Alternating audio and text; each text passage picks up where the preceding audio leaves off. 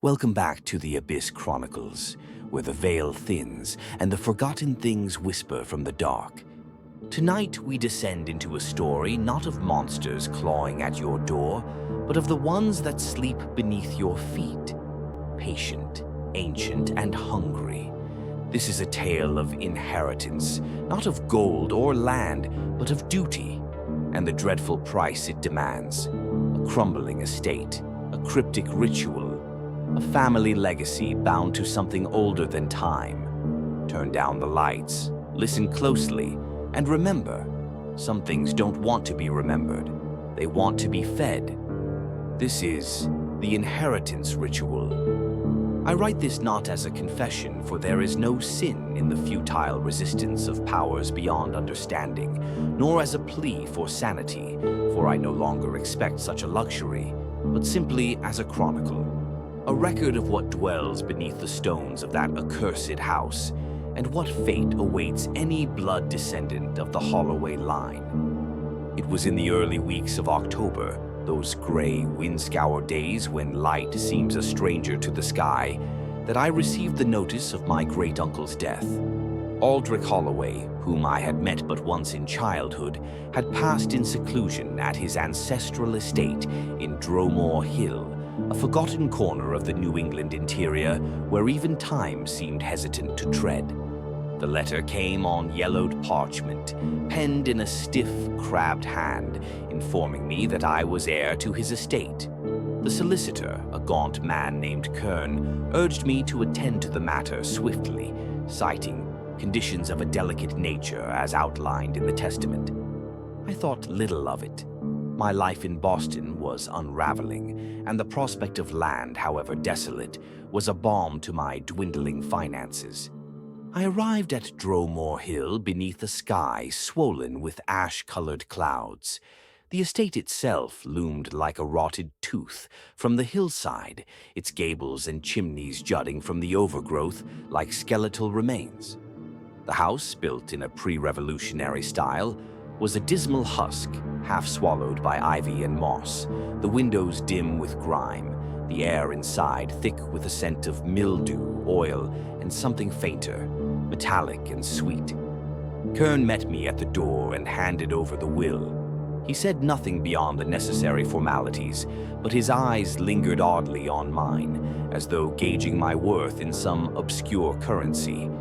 And then I found the addendum, penned in Aldrich's own hand, its script jagged, erratic.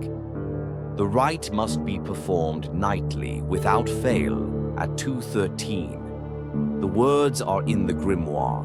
The key is under the hearthstone. The offering must be fresh. If the rite is neglected, it will rise. It dreams beneath, but hunger may wake it. I laughed then. I wish I hadn't.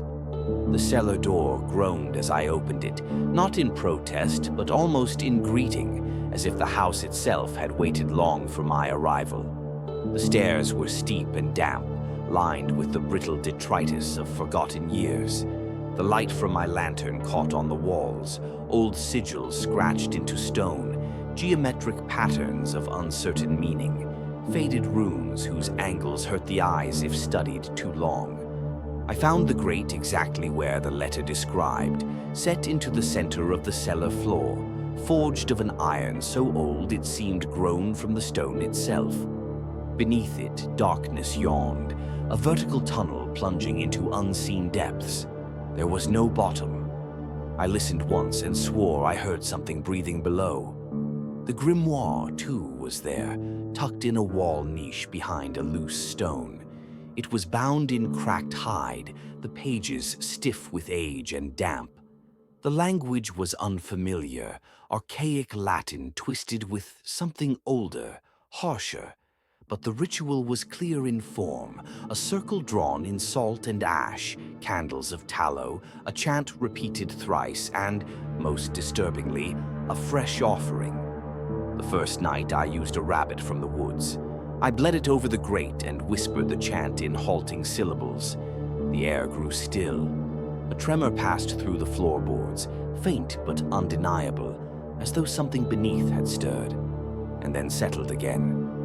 I should have left then. but some nameless inertia held me, a sense that if I fled, the house would follow.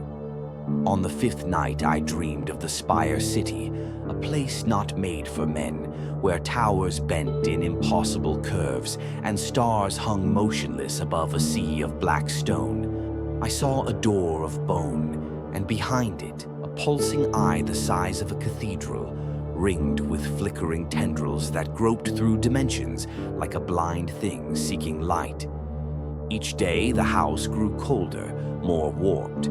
Hallways extended subtly, doors appeared where none had been. I found rooms I hadn't entered, some filled with strange artifacts, masks of fossilized wood, totems carved in spiraling patterns, and jars sealed with wax that twitched when near heat. More troubling were the sounds, wet, slithering noises beneath the floor.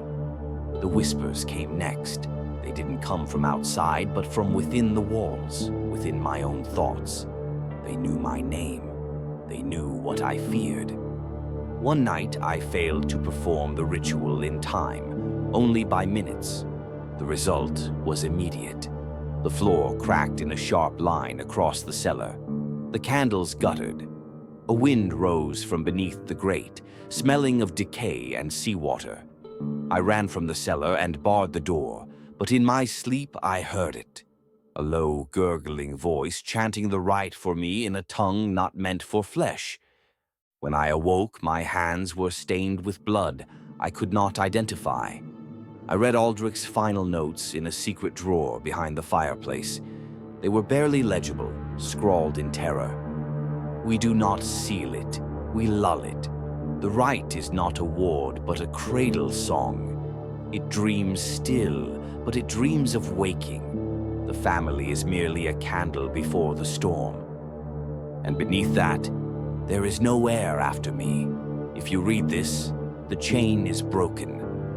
It all became clear. The Holloways were never landowners. They were wardens, inheritors not of wealth, but duty. Each generation fed the sleeper beneath, kept it docile with flesh and blood, and whispered hymns. The entity beneath the grate, the dreaming hunger, is no god in any theological sense, but a relic, something older than life, older than language. Not evil, merely indifferent in its vast appetite. To it we are flickering cells in a warm body. On the final night, I descended below the grate.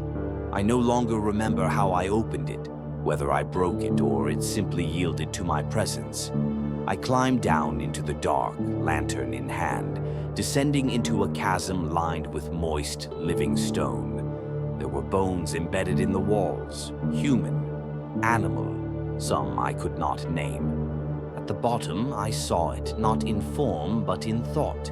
A shape behind thought, a presence that turned my mind inside out and showed me what it dreamt. It dreamt of a world without time, without separation, without self. I dropped the lantern. I screamed, but there was no one to hear. Now I sit in the manor, performing the rite each night with a precision I dare not fail. I no longer know if I do it from fear or because it wills me to. One day there will be no air. One day someone will read this and laugh as I once did, but by then it will be too late. It will wake, and it will remember the taste of us. Some inherit titles, others inherit debt, but the Holloway bloodline inherited something far worse, a responsibility etched in bone and sealed beneath stone. And now the ritual continues, night after night, a lullaby for a thing that should never wake. But rituals fail, heirs vanish, and sooner or later something always slips through the cracks. If you hear whispers beneath your floorboards tonight, don't listen, don't answer, and whatever you do, don't look down. You've been listening to the Abyss Chronicles, where stories don't always end. Sometimes they wait. If you want more stories from the edge of the unknown, like, subscribe, and keep the ritual going. We'll be waiting in the dark.